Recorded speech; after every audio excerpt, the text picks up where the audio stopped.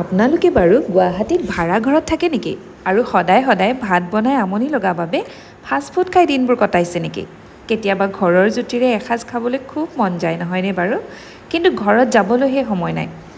সেয়ে ভাবিলোঁ আজি আপোনালোকৰ লগত এটা ইনফৰমেশ্যন শ্বেয়াৰ কৰোঁ আজি আপোনালোকক মই দেখুৱাবলৈ লৈছোঁ মাত্ৰ 60 টকাতে উদৰ পুৰাই খাব পৰা এখন ঠাই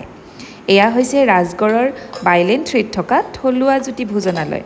ইয়াতে বুফে সিস্টেমত মাত্ৰ 60 টকাতে নিৰামিষ থালি আপোনালোকে খাব পাৰিব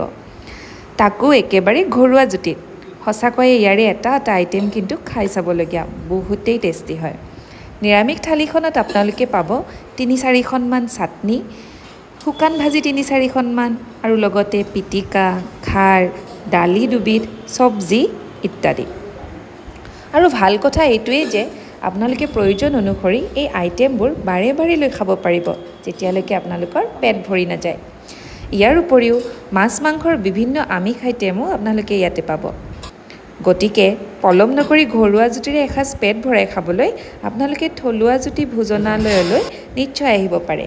আৰু ইনফৰমেশ্যনটো সকলোৰে লগত শ্বেয়াৰ কৰি দিব যাতে আপোনালোকৰ বন্ধু বান্ধৱীবিলাকো